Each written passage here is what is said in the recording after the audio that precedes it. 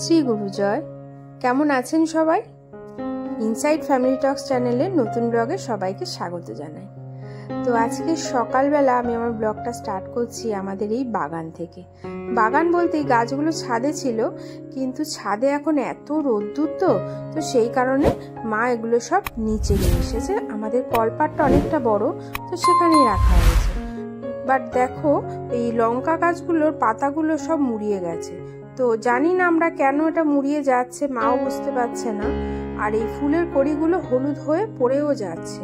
তো এইগুলো সলিউশন যদি তোমাদের কাছে কারো জানা থাকে তো আমাকে একটু কমেন্টসে জানিও, তাহলে গাছটাকে আর কি সেভাবে আমরা যত্নটা নিতে পারবো। কিছু গাছ পেছনে রাখা হয়েছে আর কিছু গাছ সামনে রাখা হয়েছে, কারণ বেশি রোদে এখন গাছ কিছুতেই রাখা যাচ্ছে না।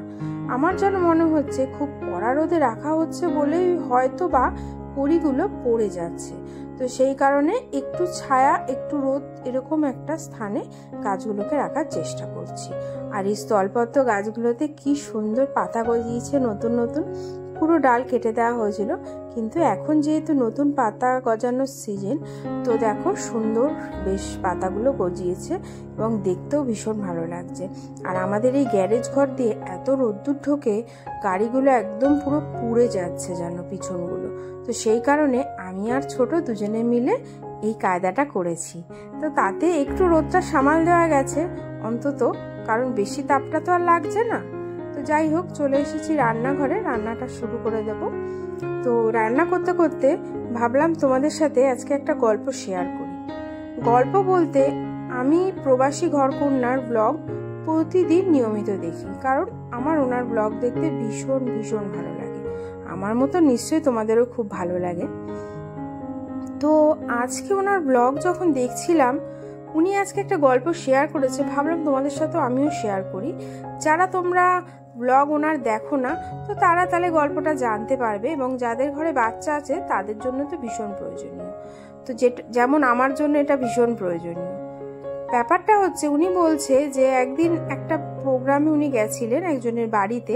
তো অনেক বাচ্চারা ছিল, তো বাচ্চারা ওখানে খুব দুষ্টুমি মানে খেলাধুলা করছিল। তো তার মধ্যে একটি বাচ্চা ভীষণ দুষ্টুমি করছিল বলে ওর মা বিরক্ত হয়ে রেগে গিয়ে বাচ্চাটা চুলের মুঠি ধরে নাকি নাড়িয়ে দিয়েছিল। যখনই এই জিনিসটা করলো, তো ওইখানেই উপস্থিত একজন ভদ্র মহিলা প্রচণ্ড রেগে গেলেন। রেগে গিয়ে বলে উঠলেন ওই ভদ্র মহিলাকে, যিনি আর কি বাচ্চাটা চুল ধরে নাড়িয়েছে, তার বলছে যে দুর্বলের প্রতি সবলের শক্তি প্রদর্শন কোনো বীরত্বের কাজ নয়। একটি বাচ্চা যার এখনো হাড়গোড় শক্ত হয়নি, মাংসপেশি সবল হয়নি, তার উপর তুমি শক্তি প্রদর্শন করছো, দেখাচ্ছ তুমি কতটা শক্তিবান। যখন তোমার পাড়া প্রতিবেশী এই শক্তিটা তোমাকে দেখায়, কই তখন তো তুমি পারো না তাদেরকে তোমার এই শক্তিটা দেখাতে বা দুঘা তাকে দিয়ে আসতে। তখন তো চুপ করে থাকো, স্বাভাবিক। আমরা দেখবে যখন ঝামেলা হয় আশেপাশে, আমরা কিন্তু চুপ করে যাই, ভাবি আবার ঝামেলা বাড়বে, কোথায় হাতাহাতি হয় না হয়। তো যথারীতি এটাই সবাই আমরা করি। তো উনি সেটাই বলছে যে আর যখন অফিসে তুমি যাও, অফিসের বস যখন তোমাকে নানা রকম কথা বলে বা তোমার উপর যখন মানে চিৎকার চেঁচামেচি করে, তখন কি তুমি তার চুলের মুঠি ধরে নাড়িয়ে দাও?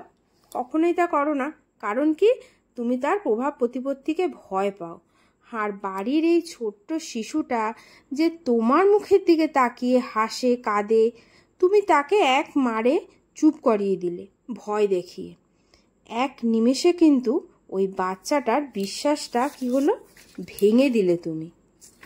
তো লাস্টে কথাটা বললো যেটা, যে লড়াই কিন্তু কখনোই সম্মান পায় না যদি সেটা সমানে সমানে না হয়। সমানে সমানে লড়াই হলে তবেই সম্মান পাওয়া যায়, অসম লড়াইয়ে কখনো সম্মান পাওয়া যায় না। তো কথাটা শুনে আমারই মানে গায়ে যেন পুরো কাঁটা দিয়ে উঠলো, এবং মানে কথাটা যেন একদম বুকে বিঁধে গেল। কারণ আমার ঘরেও বাচ্চা আছে, আর সত্যি কথা বলছি, মিথ্যে বলবো না। হ্যাঁ, কখনো কখনো আমিও ভীষণ রেগে যাই, হয়তো রেগে গিয়ে দুঘা দিয়েও দিই। তো জানি না, এই কথাটা আজকে শোনার পর থেকে চেষ্টা করব, এবং তোমাদেরও বলি যাদের ঘরে তোমাদেরও বাচ্চা আছে, সবাই আমরা চেষ্টা করি যাতে বাচ্চারা যখন এরকম কাজ করবে আমরা কন্ট্রোল থেকে তাদেরকে বুঝিয়ে সব কিছুর সমাধান করার। তাহলে কি হবে, হয়তো বা বাচ্চাটা আজকে করবে, কাল করবে, পরশু দুষ্টু করবে, কিন্তু একটা টাইম ও ঠিক বুঝে যাবে যে আমাকেও ভালোভাবে চলতে হবে। এই যে সোনা রেডি হয়ে গেছে। এখন সোনা কোথায় যাচ্ছে? নাচের ক্লাসে যাচ্ছে। আর সন্দেশ কোথায় যাচ্ছে? সন্দেশকে বাড়ি দিয়ে আসছি, তাই তো? আবার আসবে? হ্যাঁ, আসবে তো? ঠিক আছে, মজা হয়েছে আজকে? আচ্ছা ঠিক আছে। তো যাচ্ছি এখন সোনাকে নিয়ে নাচের ক্লাসে। তো যাই, গিয়ে তোমাদেরকে তো অবশ্যই দেখাবো। এখন রেডি হয়ে গেছি, প্রচণ্ড গরম লাগছে, তো চলো যাওয়া যাক। আমি আর সোনা চলে এসেছি নাচের স্কুলে, এখন ভেতরে যাব। চলো চলো, সাইড দিয়ে চলো।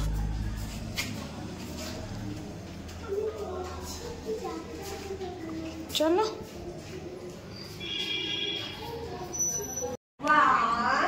নাচ শুরু হয়ে গেছে সোনাদের। আগে এক্সারসাইজ করাচ্ছে, তারপরে নাচ করাচ্ছে।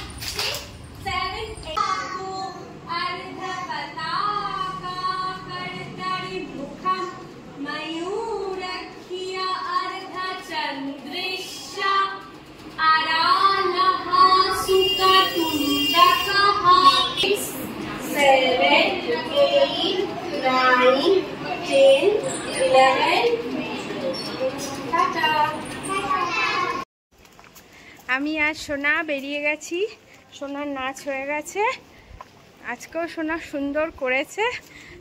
তো এবার বাড়ির দিকে যাই। আর আজকে এখন বেশ ভালো লাগছে, বাইরে হাওয়া দিচ্ছে, তাই না সোনা? সোনাকে নাচ থেকে বাড়ি নিয়ে এসে আর সময় পাইনি, কারণ ওর ঘুম পেয়ে গেছে। এদিকে দুপুরে যে একটু ঘুমায়নি, দুজনে মিলে ওই ঘরে একদম গল্প গুজবে মত্ত ছিল। তো খাওয়ালাম, রুটি করলাম, করে ওকে খাইয়ে তারপরে ওকেও খেতে দিয়ে দিলাম। ও বাড়ি এসে গেছে, তা আমি তুমিও তাহলে খেয়ে নাও। খাইয়ে এখন 10:30 বাজে, এখন এই কম্পাইলেশনে বসতে হয়েছে। হ্যাঁ, এবার বললো কাজে বসবে, তাই আমি কাজে বসার আগে খেয়ে দে, তারপরে কাজে বসো। আর এদিকে বিছানা আমি করে ফেলেছি, সোনাকে যাবো এখন ডাক্তার। এই যে এখন কাজে বসেছে কম্পাইলেশনের কাজে, তো এটা কমপ্লিট হোক, করুক। আর আমিও এখন যাই, সোনাকে গিয়ে ওর ঠাম্মির ঘরে ঢুকেছে, ডেকে এনে ওকে ঘুম পাড়াবো। ঘুম পাড়িয়ে তারপরে ভিডিও টিডিও এডিট করতে বসবো। তো ঠিক আছে, তাহলে আজকের ভিডিওটা শেষ করে দিচ্ছি। আর হ্যাঁ, স্কুলের ভিডিওটা করা হচ্ছে না, ঘড়িতে বাজে এখন 10:30।